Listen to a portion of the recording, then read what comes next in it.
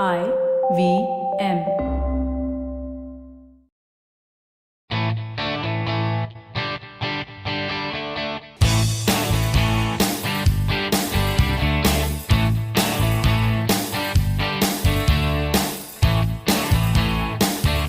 Hello and welcome to a brand new episode of the Musafir Stories, India's very own travel podcast, where each week we share the journey of travelers in their own words and relive their experiences with you, our listeners. Hi guys, welcome to a brand new episode of the Musafir Stories. Hope you are all well and keeping safe. On the episode today, we have a returning guest, Ajay Kamalakaran, an avid traveler and a writer who is taking us to God's own country. Let's hop on to the episode and find out more.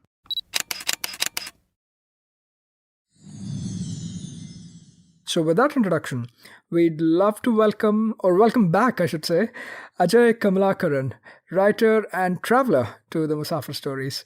Hey Ajay, welcome back. It's so nice to have you again, almost after 3 years. Thank you. It's great to be back on your show. Thank you, Ajay. It's always a pleasure, especially welcoming back guests with whom we have had great conversations. And to listeners who are listening to Ajay for the first time, let me remind you, we also did an episode on the Sakhalin Islands in Russia. It was one of the exceptions on the Musafir Stories as well, because we usually tend to stick to episodes within India, but Sakhalin and maybe another one was the only exception. And we were lucky to have Ajay actually speak about his experiences in Russia and even a book based on his experiences there.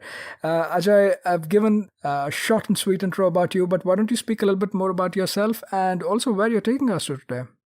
Okay, so thank you for that lovely intro, first of all. And I'm a writer based in Bombay. I still like to call my hometown that, but my roots can be traced back to Kerala, and it's a place that I'm slowly trying to understand better. Growing up as a Malayali, I grew up speaking both English and Malayalam because I grew up in the United States, but I don't think I understand Kerala as well as I should.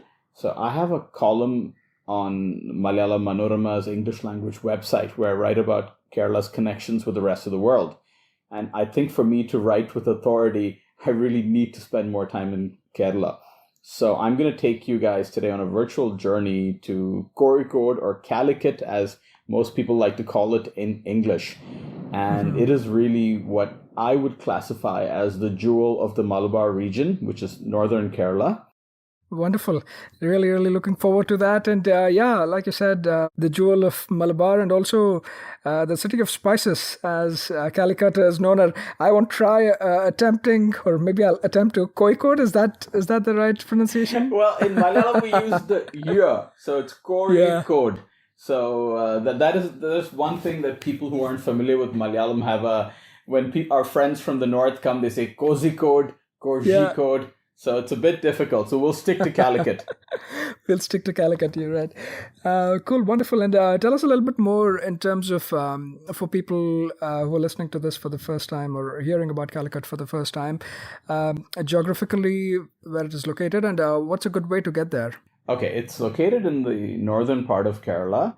If you live in the western coast of India, the best thing to do is just to take a train, because I took a train from Kurla, Tilaknagar terminus at 8:40 in the evening and got there at 1:20 in the afternoon. And it's one of the most beautiful train rides you can ever take in India, because you cross Goa, Karnataka, and right into northern Kerala, and it's really quick. So of course there's an international airport in Calicut, so you can fly there as well. It's connected by flights from different parts of India. Okay, wonderful. And just in terms of, I know Kerala can get a bit hot during certain times of the year. When do you suggest would be a good time to travel? Calicut is really blessed with very good climate. If it crosses a particular heat threshold, it starts raining. So I was actually there in April and May when it's supposed to be at its hottest. But I really didn't suffer because of the weather. When parts of India had 47, 49 degree weather, it was raining and it was around 25, 26. So it was all right. But if you really want the most pleasant weather, I would suggest visiting after October. And if you're there from November till March, you'll get much better weather at that time. So, but like I said, throughout the year, because of one, because of the sea breeze, two, because of the rains that keep coming there, you won't really suffer too much on account of the weather. Although locals love to complain about the weather all the time. I think all of us love to do that, right? Whenever we are in our own cities, we always try to find something or the other to complain about. But like we touched upon earlier on as well, it's the jewel of Malabar, right? And historically as well has been a very, very significant place within the history of the subcontinent. Would you like to touch upon some of the important periods from a historical perspective too, Ajay?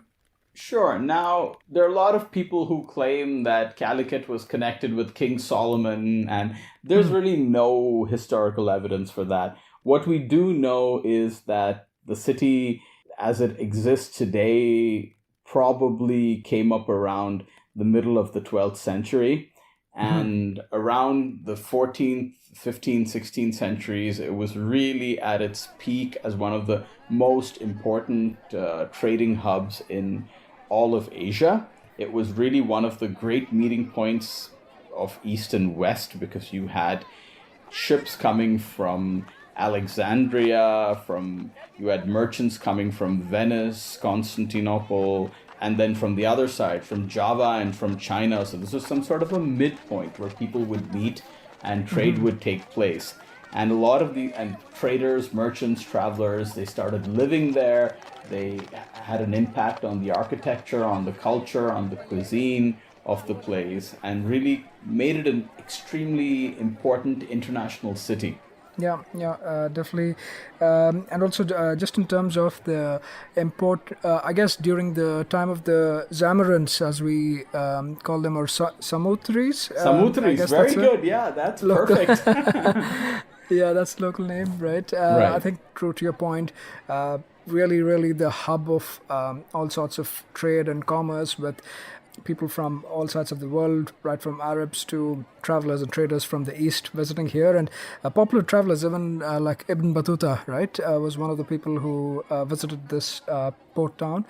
Even after that period, right, when we started to see the colonial powers coming here and ruling, making colonies, right from the French to the British to the Dutch, like everyone has connections to the place, right? So that way, culturally as well, it's like a melting pot now, as we'll find out more and more during the course of the conversation. Absolutely. And let's not forget our good friends, the Portuguese, who really had the biggest impact on how colonialism took shape in the Indian subcontinent.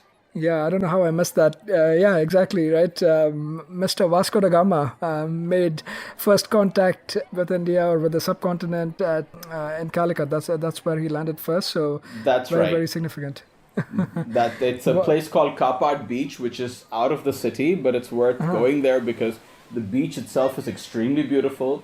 And if you go there on a weekday, you'll be the only traveler. You can stand there, look at the sea, and imagine Vasco coming. And there's a plaque there dedicated to his arrival, although it's not really something that is super posh and maintained so well because, well, he's not exactly a hero for the Malayalis.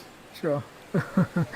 So yeah, a lot of historically significant places, events, and people associated to Calicut as well. We'll talk more about that.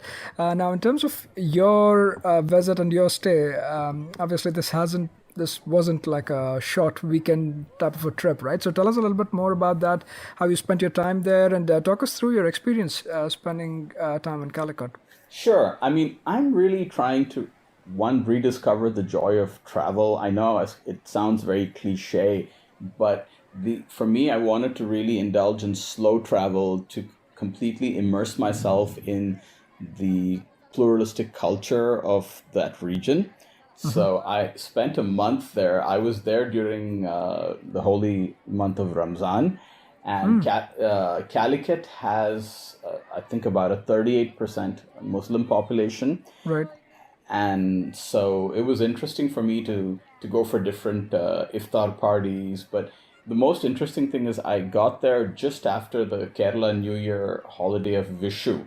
And my first evening there, I started hearing fireworks, and I was like, okay, Vishu's over. What's going on? Then I found out that in a nearby locality there was a celebration which is pretty much unique to Kerala. So apparently it was a three-way celebration because it was Easter Sunday plus Vishu plus Iftar.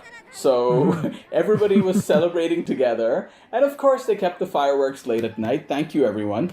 But the idea was all kinds of food was there. There was a Vishu Sadhya, there were Ramzan treats and Easter treats. So people were just having fun together, and that's what I really like about Kerala. It's that this unity that exists, especially among the educated classes. And of course, people have accused Malayalis of being very united and excluding everybody else, and that's something we need to take very seriously and consider, and not be that way if we indeed are like that.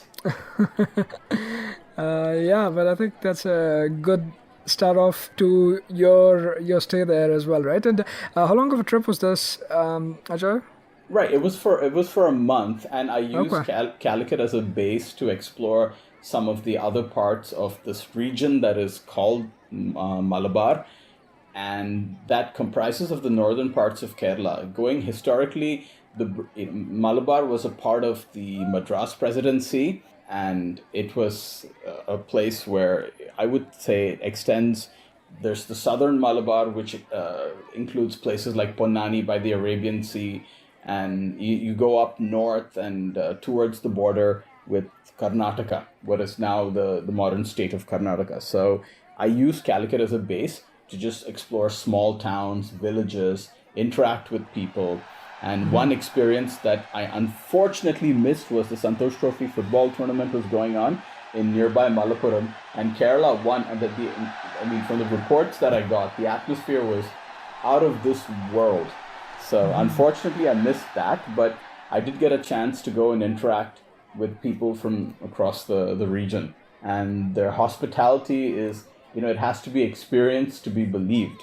And usually, how was a day, given that, especially if it's, like I was saying, if it was a short weekend trip, it would have been packed. But how did you spend your time, given that you had enough amount of time to actually take it slow, take it easy, and explore the place, right? Also, it's I know it's classified as a tier 2 city. So do you actually get a sense of that, in the sense of it being a little more laid back compared to some of the bigger cities, say like a Trivandrum or a Kochi?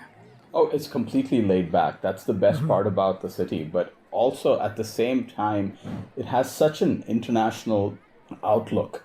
So you will see restaurants there's a restaurant which serves you very good Mexican food. So it's you have Mexican, Lebanese, all types of different Arab cuisines. You see signs like authentic Yemeni food. And of course, the cuisine of the Malabar region itself is really sumptuous. And you have a very interesting set of young people there with a really global outlook. People who've had exposures to different parts of the world and now are living there in their hometown, and bringing that international culture and vibe to the city. And it's beautiful to see that. Yeah, there's Kerala is beautiful, right? There's no two ways about that. But added to that, this whole vibe of like really taking it slow, laid back, not too crowded, etc. Like all of those things will just enhance the whole experience of living there. And what are some of the experiences you would say that stood out for you while you were there, be it in terms of places or people interactions or the culture of Calicut? Would you like to share maybe a few of those, Ajay? Sure. I'd actually visited Calicut for the first time in the first week of March. It was a very brief trip. And I had a brief amount of time at this place called Kuttichara, which is a traditional Muslim area in the heart of Calicut. Now, I liked that area so much, so when I was back for Ramzan, I actually went there, and I went to my favorite mosque in India. It's called the Mishkal Mosque, and it's a large structure which combines Kerala elements with Chinese and Islamic elements. So you see limestones, there's a bit of green there, but it's hard to tell that it actually just looks like an old Kerala palace, even more than a Hindu temple. So I was there around the time that the fast was about to be broken for the Maghrib prayers, and I'm standing there and just admiring the structure. And an elderly gentleman in his mid-70s comes up to me and says, "It's time to break the fast. Come on inside." I said, "Uncle, I'm not fasting." He said, "It doesn't matter. Come and break the fast with us anyway." And I went inside that mosque, sat there, had some fruits, and I observed the interiors of the place, which had brass lamps, the timber, the smell of the timber. It smelled exactly like how any Hindu temple in Kerala smells like, and the whole atmosphere. I was blown away with how kind this gentleman was to invite me, and then people started talking to me, and once their fast was broken after the prayers, they asked me where I'm from, and this is an experience that many people from the Malayali diaspora experience in Kerala, where they ask you where you're from, you mention, in my case, Bombay, then the question is, how come you speak such good Malayalam? And then you say, okay, my grandparents were from Kerala. Then they say, which part? And then when I say Palakkad, they say, oh, okay, you're from Palakkad. So I thought, okay, next time somebody asks me where I'm from, I'll say Palakkad. When I said that, people were like, oh, but then why do you speak Malayalam with such an accent? So you never win. Yeah, really some interesting conversations. And also this interesting thing I find about both mosques and temples in Kerala, right? They have this very unique architecture. And like you say, it's also very different to, you could say, the rest of India too, of course. Right? Yeah, especially the older ones. As for the temples, now local historians have been telling me that a lot of these, the kind of architecture, it's called pagoda architecture, which is a Portuguese perversion of Bhagavati, the word pagoda. And you see similar architecture in Nepal, in China, Japan, Korea, as you do in Kerala and some parts of Karnataka. Now the thing is, where did it come from? Who influenced whom? These are issues that are contentious. Some people say that this architecture was brought down to Kerala by the Nevar people from Nepal. Others say the Chinese brought it. So there's always going to be an argument. But I think if we can focus on the commonalities and what unites us, I think it's a beautiful thing, and to appreciate. There's a temple in a place called Kannur, which looks like the Temple of Heaven in Beijing. The resemblance is really uncanny. So it's wonderful to appreciate both these places and to think that we have in common a lot more that unites us than divides us. Yeah, 100%. And also this Mishkal mosque that you're referring to, right? Seems to be a pretty old mosque as well. 14th century. Yeah. It was it was basically built by a Yemeni merchant, a ship owner who was really fabulously wealthy. And unfortunately, it was attacked by the Portuguese, but there was a united force comprising of Malayali Nayars and Muslims who fought together to save that place. And it was damaged by artillery shelling by the Portuguese. But, well, what happened later on was the Portuguese fort, which no longer exists near the Chaliam River, was destroyed. And they took pieces of that to help just rebuild this mosque.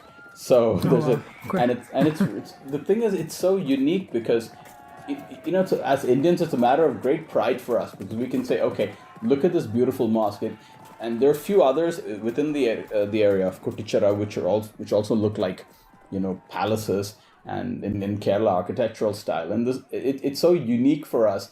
Now there are some beautiful mosques in different parts of India that are nice, but you can see a similarity with mosques in other parts of the world. But this is so unique. And I really believe more people should come and visit them. I also went to a place called Ponnani, which is where the famous Nila or Bharatapura, literally translates as Indian River, empties out in the Arabian Sea. So there you have a mosque which has a few minarets. But the ones in Kuttichara, like Mishkal, don't even have that. So it's indistinguishable from a Hindu temple. But at the end of the day, what has happened is, the Islam has been Indianized or Keralized in such a way, and that's how you see it there. Yeah, definitely. Kerala does seem to have some interesting mosques as well. I think even we discussed this on one of the previous episodes. One of the oldest mosques, believed to be one of the oldest mosques in India, the Choraman, Right. the Yeah. Juma Yeah. Masjid, Better. right? Yeah. Cheraman. Yeah, I Exactly. might be messing up the pronunciation, but that is also, Oh, yeah, yes, absolutely. I mean, this is the thing, right? Islam has been around. See, first of all, Arab traders started coming to Kerala well before the advent of Islam. So right. when they converted and they believed in this, they brought their beliefs across. Some people accepted it, but the point is, it's not a case of people coming and settling. It's some Arab traders intermarried and stuff, but a lot of people also found this idea, this religious belief interesting, so they embraced it. So there's no question of conquest or anything in Kerala, and this is something I really appreciate about Kerala is that this Malayali identity seems to trump everything else, which is a really nice thing. Yeah, no, definitely, and certainly seems to be a very interesting place to visit to. The area is called as Kutichira, you said, Ajay? Kutichara, yeah, it's called Kutichara, and it's fascinating. There's one of the centerpiece of Kutichara is one really big artificial pond. So you have these outside Hindu temples as well, including the famous Tali temple in Calicut, where you have this Okay. big pond. So you walk around there. In fact, if you walk around before sunset, you see people sitting and discussing, and you go inside the lanes of Kutichara. It almost you feel like, okay, am I in Zanzibar? Am I in some other exotic place? It has that same feel, and there are a lot of small restaurants there which serve you ghee rice, and it's really really tasty. And different biryanis, and you have a whole wide range of what's a whole genre in its own, mapla cuisine as it's called. I think the Maplas are basically the Muslims of the region, Yeah, correct? exactly. That's the term that is used, but if you go deeper into that word, Mapla, it includes more people, like certain books have explained. But yes, the Malabari Muslim cuisine is absolutely delicious. But for those of our listeners who are vegetarians, fear not. Calicut has some of the most delectable vegetarian cuisine. I mean, you'll get great sadhyas. You have very famous restaurants where you get some wonderful what stereotypical South Indian cuisine, idlis and dosas and stuff. But if you really want to have authentic Kerala food, string hoppers, nulputtu as we call them, appam. There's wide variety of food for vegetarians, for vegans. So fear not. There's a lot of good things you can eat if you have any sort of dietary restrictions. When it comes to meat and fish. Of course, when it comes to healthy food, sorry, Kerala, you guys have to do better. And it's amazing because people are generally naturally athletic, but with wealth, you see so many fancy cars and people driving even very short distances, and the paunches are starting to become really visible. And Kerala is really dealing with, the other side of having such good food, and it's quite cheap, is something that really threatens the public health of the state.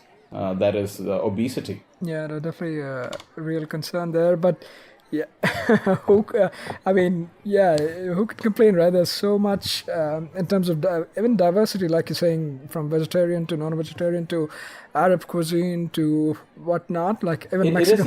It is the Arab food capital of India, because a person like me, I'm not very familiar with West Asia, and I've not traveled extensively there. So when I went to try out some Arab food in Calicut, I noticed things like al-faham, shawaya. These are things, al-mandi. These are things I had no idea what they were, but they definitely did not disappoint me. Let's just put it that way. Yeah. And this is something that young people really like to enjoy on a Friday night. But also, one thing I've noticed is people also crave traditional food. So there's this one very modest eatery called Amma's Hotel. I was started by a lady more than 30 years ago. And there's always a huge queue where you get served a traditional sadhya, on a banana leaf, but with a twist. You get really good fish curry, and apparently and fried fish, and they will never reveal their recipe, but apparently it's the best you can get in Calicut. And the queues are serpentine. You go in, it's share tables because it's, you just sit, they lay out the banana leaf, and then comes the food. And it's absolutely, I can't think of a better place to have lunch than Amma's Hotel. And it's a very modest place, but you can see there's a parking area, maybe a 3-minute walk away, and you'll see BMWs there, and you'll see the most fancy cars. And but it's, the food is that good. It brings people from every section of society there, and they just sit next to each other and enjoy the food. And every culture that has come to Kerala has contributed to the cuisine. Yeah, I think that's a great way to start off the conversation. And any other places or experiences you'd like to call out besides Kutuchira that we just spoke about, Ajay? Yes, the Tali temple area. Now, this is a very famous Shiva temple, which also dates back to the same era, the 14th century. And it also has a beautiful pond. And the areas, the lanes around the Tali temple are really historic, and they take you back to another era. And the temple itself is really beautiful, but unfortunately in Kerala, the Hindu temples have certain restrictions on entry. So it's very, very unfortunate. But if you go to explore those lanes, they're really nice. And they're so well maintained. I mean, the cleanliness is to be seen, to be believed. And also there, you have the most famous shop selling Calicut's famous banana chips and halwas, right? So people go there. Yeah, I think halwa is really popular from Calicut, because banana chips, definitely in other parts of Kerala as well, I've heard. But halwa seems to be pretty popular. Yeah, right? But you ask any Malayali where the best banana chips come from, and they'll tell you they come from Calicut. So, as for halwa, yes, I mean, people who've tried different halwas say that the halwa you get in Calicut is closer to the Persian halwa. It's influenced by that, but it's something which has again been Indianized, and it's quite delicious. So that neighborhood around Tali is a place where you can spend a lot of time. You have a lot of traditional houses there as well, and just observing and walking around, you see another side of Calicut. And you walk further from there, you see the traditional markets, and Calicut's a major center for wholesale and distribution for different parts of Kerala. So it's a very interesting place to be. And it's an area that I love as much as I love Kutuchira. Yeah, I know, definitely. And like you mentioned, the only a couple of things to take note of is that, especially if you're a foreigner from outside of India, and entry is restricted to Hindus. And even, I think for Hindus, you'll have to go into the traditional, while entering, you have to go into the traditional dhoti. Yeah, the mundu, right? Yeah. Mundu veshti, you wear that and go inside, and that's a case for all the temples in Kerala.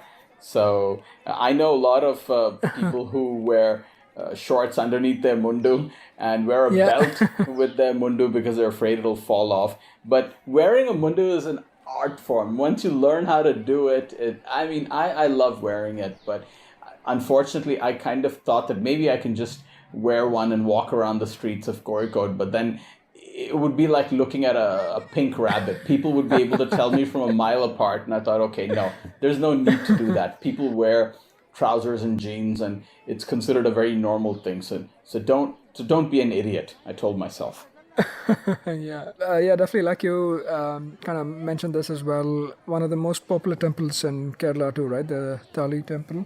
Yes. So definitely make sure that you pay this a visit if you're in the vicinity. And also, a lot of these places are pretty accessible, right? You don't really have to travel, say, too far from the city center. Yeah. No, you don't have to. And another thing is, Calicut is famous for its honest auto drivers. Okay, they don't rip you off, and I had a few interactions with them during my month. They said that we've started learning Hindi because a lot of laborers have come from different parts of India, and they find it difficult to learn a language, although their children go to Malayalam medium schools and speak really well. So we decided, okay, why not just pick up a little bit here and there? So if you're, the point is, it won't be difficult, but even otherwise, they don't, they're quite honest, and it's easy to take autos around Calicut. And there's no problem. I stayed in a place called Chevayur, and which is about a few kilometers away from Calicut's center. But it's a hilly area where, I mean, the higher up the hill you go, the more you see the beautiful landscape of the Malabar region. Imagine coconut tree laced hills. This is one place where coconut trees actually grow on hills. I haven't seen this anywhere else, because wherever else you see hills, you see other kind of vegetation. Sure. So this experience to see those beautiful hills is really nice.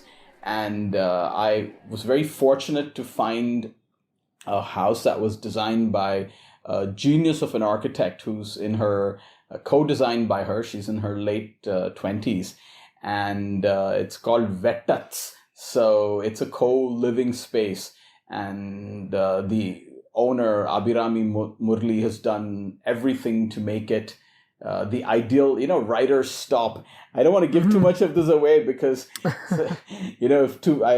last thing I would want is, okay, writers making a beeline for that place and me not being able to stay there. But if you're a Malayali writer, Calicut is some sort of a pilgrimage spot. You go there, you feel inspired, and you write more. And it's a city that really honors its writers. There are roads that are named after writers such as Vaikom Muhammad Bashir, who was one of the greatest Malayalam writers of all time. And, a place that honors its writers is a place that has high culture. I don't agree more. I think that's some good call-outs, and I think a lot of people will start envying you and your time you spent there now, especially given how you're describing not just the architecture, but even the surroundings too of the place. Yeah, sure. Writer's retreat. So we touched upon also two, I guess, very different places in Kuttichira and Tali Temple. Any other places or experiences worth mentioning? Mm-hmm. Sure. I mean, look, the thing is, of course, there's a coastline that stretches from north to south in Kerala. So Calicut has a nice beach where there's a very nice promenade that's been set up. So that's a great walking spot, and people converge there in the evenings, and it's a really, really nice promenade. So if you don't want to walk on the beach and get sand on your feet inside your shoes, you can walk on that promenade, and it's really nice. And if you're ready to travel a little bit out of town, you can go to Kapat Beach, the place where Vasco da Gama arrived in 1498. And that place, it's a really beautiful beach, and it's empty most of the time. I mean, what I would advise people who are going on short trips, plan your trips so that you are there on weekdays. No place gets crowded then, because people have to work. And you go to Kapat Beach where Vasco came, and you'll have it almost to yourself in the afternoon. And, you can just admire and appreciate the surroundings. So, yes, I would definitely recommend time spent by the seashore. And there are some beautiful restaurants which are close to the sea, a couple of rooftops in Calicut, and there's one place called the Beach Hotel, which opened they claim that they've been around since 1890, but it was actually the mansion of the governor of Malabar for some time. It's a heritage hotel, and they have a nice outdoor space where you can enjoy yourself. So these are experiences that I would recommend. Also, there's a very nice archaeological museum on one of the hills, and a museum dedicated to V.K. Krishna Menon, the famous statesman. But, that area, that compound has a nice walking track with a beautiful garden and a butterfly park. But it's a great place to sit, to read, and to just look at, again, those hills. I mean, the one thing that stayed with me a few weeks separated from this trip are those coconut tree laced hills. I can't get over them. So this is another spot to observe those hills from. And also, if you want just genuine experiences, see, there's a walking street in the heart of the city, Sweetmeat Street, as it's Yeah. called, and you can get halwas and other things there. And I had this wonderful experience of going to a single screen cinema hall there, the famous Radha Talkies. And I watched a Malayalam film there, and I didn't need subtitles, so I could enjoy it. But just the experience of sitting there on a balcony and observing, and in our country where multiplexes are coming up in every corner, we're losing that single screen cinema experience. And this is one thing you can do, and this theater is really popular, so I'm glad it's definitely going to survive. So I think that, besides that, around Calicut there are many small lakes, and there's a biosphere area called Sarovaram. So I mean, there's plenty to keep you occupied, just to walk around, to take great photographs, and just to observe. So you'll never run out of things to do in Calicut. Yeah, you didn't run out of things to do even while you're there for a month, so nobody has to worry if they're doing like a shorter trip. Yeah. Oh, absolutely. But I'd definitely like to highlight a couple of the places you mentioned too. SM Street, or the Sweetmeat Street as it's called, right? That one is also very, very popular, and it's no vehicular traffic, so that way you could walk about and enjoy your time there, and very popular for, again, the halwas primarily, and I believe that's how it got its name initially. But yes, but because you of the do texture get of the halwas, right? So it was the texture is just like meat, so it became a yeah, sweetmeat. yeah, exactly. And this halwa, I don't know how many. At least we used to get this type of halwa back in Bangalore, but I don't know how popular this is in the other parts of the country. But it's basically made out of ghee and sugar, and then there's obviously flavors depending on what kind of halwa you get. There's different flavors, and you'll literally get tons of flavors, right from different kinds of fruits to spicy to chili halwa and everything. But it's very unique, right? I don't see this very common in, say, the northern part of India. No. The northern concept of halwa is completely different. In Kerala, that's called shira or kesari. So it's quite different. But it is unique to Calicut, that's for sure. And another thing about this walking street is that pedestrian-only street is you get a chance to still see the diversity of Calicut. So you have a Parsi Anjuman area. You have areas where you have Sindhi shop owners, Gujaratis. So that diversity of Calicut's communities is visible in that neighborhood.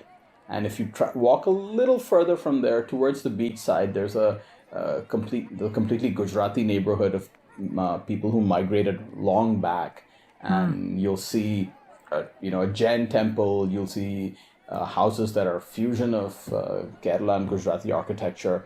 The community constructed a very large school there as well. So the point is, Calicut has always been cosmopolitan. It's always been a city that has welcomed people, and it's a place where you don't have to be a Malayali to come and enjoy it. You're more than welcome, and it's a place when I spoke to people who came from other places, and they said that when people asked them where they were from and they mentioned it, everybody seemed excited, and so that's something that that openness, that welcoming nature of the Malabar region. You see that there. Yeah, definitely, and I think that's really good to know. And I really hope I get a chance to visit the northern part of Kerala sometime soon too. One other thing I remembered from while I was looking up, like for the episode, something very unique. Also, maybe to Kerala or maybe to this part of Kerala is also on the beach side. There's a lot of these stalls, especially food stalls. Yeah, Ajay, and mussels. I think that's what you call the type of fish, the seafood. Pretty much like fried mussels was something that was very like a popular dish or offering, you could say, in a lot of those stalls too. Again, not something that I've come across in some of the other beach towns and beaches that I've visited. So worth noting and worth trying if you're somebody who enjoys seafood. So something very unique that Calicut has to offer. Yeah, Sure. I don't know if you had a chance to try that. Well, there's a lot of goodies that you can get by the seashore. In fact, what I would also recommend for people who are interested in history and in seafood is to go to a place called Bepur, which is very much, just outside Calicut. And there you see these large ships bringing fresh catch. And there's, one area where you can just get on a ferry and cross the Chaliyar River. And it's really beautiful because it gives you a glimpse of, again, another world. And one thing about particularly Calicut and other parts of the Malabar and all the way down to southern Kerala, the rivers just flow freely. And it's nice to see that. The estuaries, you just see how, unlike many other parts of India, by April, May, you hardly see water in the rivers and stuff. In Kerala, it's very blessed with rains. So that, going and checking out these estuaries is also a very good idea. But yes, coming back to food by the beaches and by the seashore, there are plenty of goodies that you can get. There's no doubt about that. Yeah, and especially, again, the place you called out, right, Bepur, Right. that is also, I believe that's the home of the writer Vaikom Bashir, right? That's Bepur right. Sultan. That's right. Yeah, I believe he's popularly known as Bepur Sultan Yeah. there, and there's also a museum dedicated to him. And I also found it very interesting that Bepur has this almost like an industry, you could say, of building ships. Yes, shipbuilding, and it's Yeah. worth going in. And these ships they're absolute beauties. They look, some of them look like they're out of an old Nicholas Roerich painting. Yeah. And I really enjoyed my walk in that area, and I spent time there, and that was a really nice experience. And also, if you take that ferry, you cross over, and there are some places that have some old historical infrastructure that's still functioning. There's a place called Farokh, and it's sometimes pronounced as Ferok, and there's a railway bridge and a road bridge, which is the road bridge resembles the Howrah Bridge on a much smaller scale. And the Farokh railway station is also really very cute. If that's the right word. So, and in that area, there's the Commonwealth factory where these Mangalore tiles are made and bricks. And so, like I said, the more you just travel around that area, the more little hidden gems you find.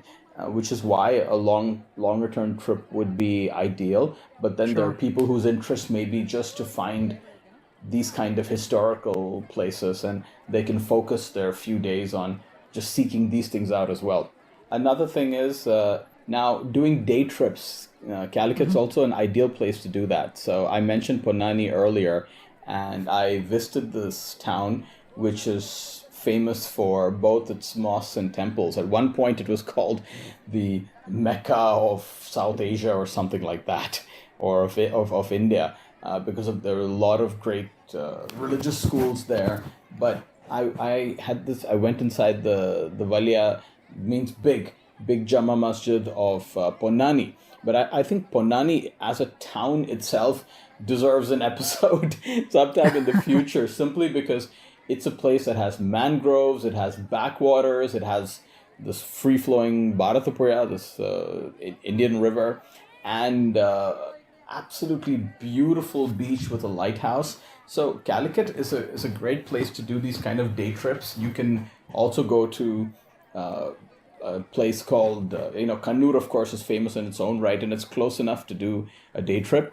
But one nice experience I had was I went for a wedding in a place called Talasheri, which is famous because apparently the first cricket match in India was played there, and also the first Christmas cake in India was baked there. It's a city of high culture, and I was lucky to go for a wedding there. A Calicut friend invited me. I said, I don't know the bride or the groom. He said, it doesn't matter. And when I went, he introduced me to his friend whose son was getting married, and he said, you're a part of our family, welcome. So I was really touched with this kind of hospitality.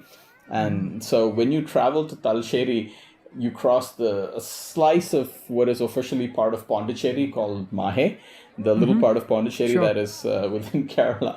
And it's very interesting because the minute you enter that territory, you'll see beautiful wine shops on both sides of the road. So Keralites come there to get cheap alcohol because in Kerala, alcohol sales are restricted to government-owned places. And when you get into Mahe, it's cheap, and you see this in both corners, and it's actually funny because you're not allowed to take the alcohol out of that territory into Kerala, but people still smuggle it out, and these shops are open, and it's really you feel like laughing when you just cross Mahe because it's really unfortunately turned into a place where people just go to stock up on alcohol. Yeah. But visiting Talasheri again, I noticed a lot of, again, the nature there is really beautiful. And one nice experience I had was to visit an old Tarwad, which is Malayali word for, like an ancestral house. And I ended up meeting a 96-year-old freedom fighter. She is, God bless her, in good health, and speaks with real, like the Queen's pronunciation. Her English is so perfect. And she told me in her British accent that in 1942, she kept shouting, go home Britishers, go home Britishers. And this lady, she's very popular in Kerala. It's known as Mariamma. And she was one of the first Muslim girls to go to a convent school. So she, learned English a long time back, and she was a social worker and somebody who's, the matriarch of that house and that family, which is very big. They took me inside the house. They showed me the interiors, and it was a trip back. The house is, I think, 103 years old, and it's listed in the Kerala tourism website and stuff. So it was a nice experience. I plan to write about this remarkable woman sometime in the future, but it was a great experience just to go there, to be in that house, and to also just to experience the hospitality of Talasheri as well. And this was a day trip for me. We left at 8 a.m. We spent the day. We spent some time there. We attended the wedding and then came back the same evening. So Calicut's a great base to see many small towns and just to explore the nature of the Malabar region. Yeah, absolutely. And I really, really, I really envy the kind of diverse experiences you've had through your stay as well, right? Be it these day trips or just the different kinds of places you've visited too. Right. And I think when a town is relatively small and not used to so many visitors, the people tend to be a little more excited, and they're so open to it. So another experience I had in Calicut was I met the only surviving Parsi family. So Calicut had at one time a community of 300 Parsis. So they took me into their prayer hall, and this is not a fire temple, but just a prayer hall where non-Parsis are allowed, and showed me some of their properties. And I met the patriarch of the Parsi community, Mr. Darius Marshall, and he reminded me so much of Sam Manekshaw. Same sense of humor, and it was a great experience going and having a cup of tea with him. And for what Calicut has done to the Parsis, the Sindhis, the Gujaratis, they all speak perfect Malayalam. They want to eat Kerala food, and this Parsi family has dansak and other things on Sundays or once in a while. The same thing with the other communities. They've been, many of them, they say, okay, we're Malayali Parsis, we're Malayali Sindhis, Malayali Gujaratis. And you see this about, I haven't seen this kind of incredible integration in many other parts of the country. But what I noticed about these communities is they've preserved their language, they've preserved their customs, they're proud of their identity, which is from elsewhere. But at the same time, these are lessons for the rest of our country. You go and live in another part of India, learn another language out of love, integrate into that community. People will embrace you in such a way. And if we could replicate this across India, we wouldn't even be having 1/10 of the social problems we face in 2022. Sure. I think that's quite a deep message too. It's true that while the communities that have actually made Calicut and Kerala home have assimilated well within the communities there, but at the same time, they've also maintained their rich culture and their rich heritage, right? That's the important bit, and how everybody's peacefully coexisting. I think it's the message to take away for the rest of us.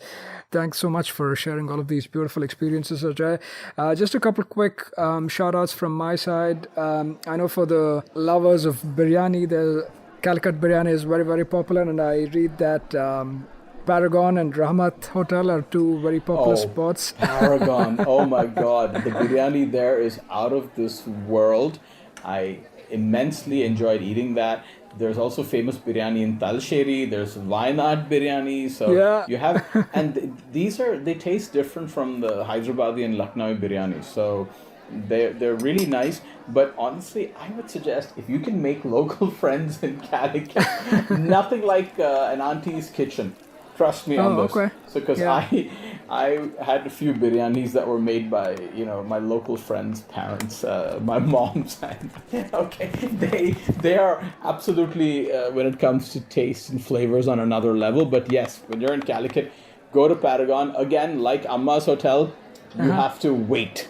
Yeah. There's a long queue because people know where the food is good. Yeah. So I thought I'd quickly call those out. Yeah, very, very mainstream, very busy places. But like Ajay mentioned, it's also very different from the kinds of biryanis you might get in other places like, say, the Lucknowi or the Hyderabadi or even the Bangalore biryani or the Calcutta biryani. Yeah, those are all delicious too. I enjoy eating all of them. But here you have a chance to try this when you're in Kozhikode. And of course, the rice that's used in all these preparations is different in different parts. And, it's an indication of many other things. But we need somebody to write a biryani book, a good food writer. That's not up my alley. So let's find someone to do that.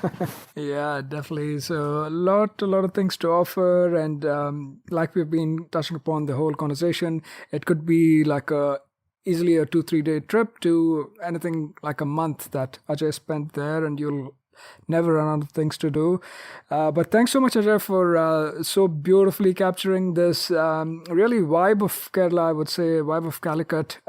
Very laid back, down to earth. Still God's own country. So you have all of those good parts from nature. And but before we forget, even the backwaters of Calicut are very, very popular. So that's another reason, or for some of you, that might be one reason to visit. But there's just like never-ending list of reasons and opportunities Calicut has to offer for the traveler who's looking for different kinds of experiences.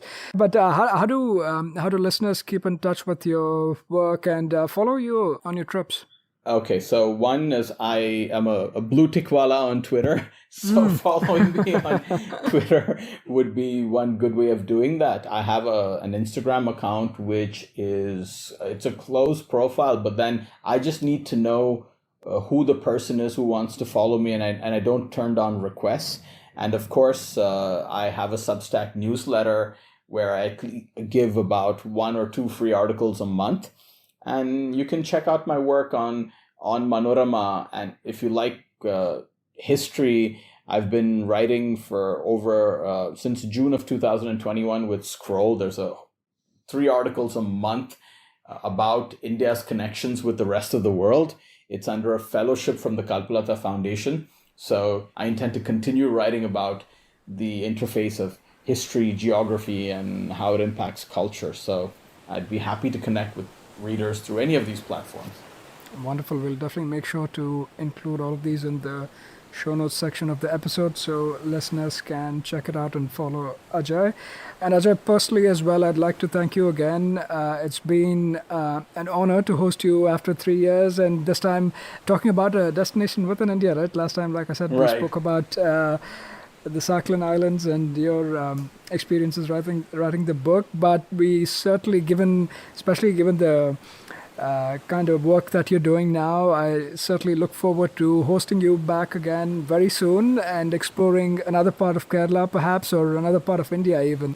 But thanks so much. It was such an honor to have you back. It was my pleasure, and the honor is entirely mine. Thank you, Ajay.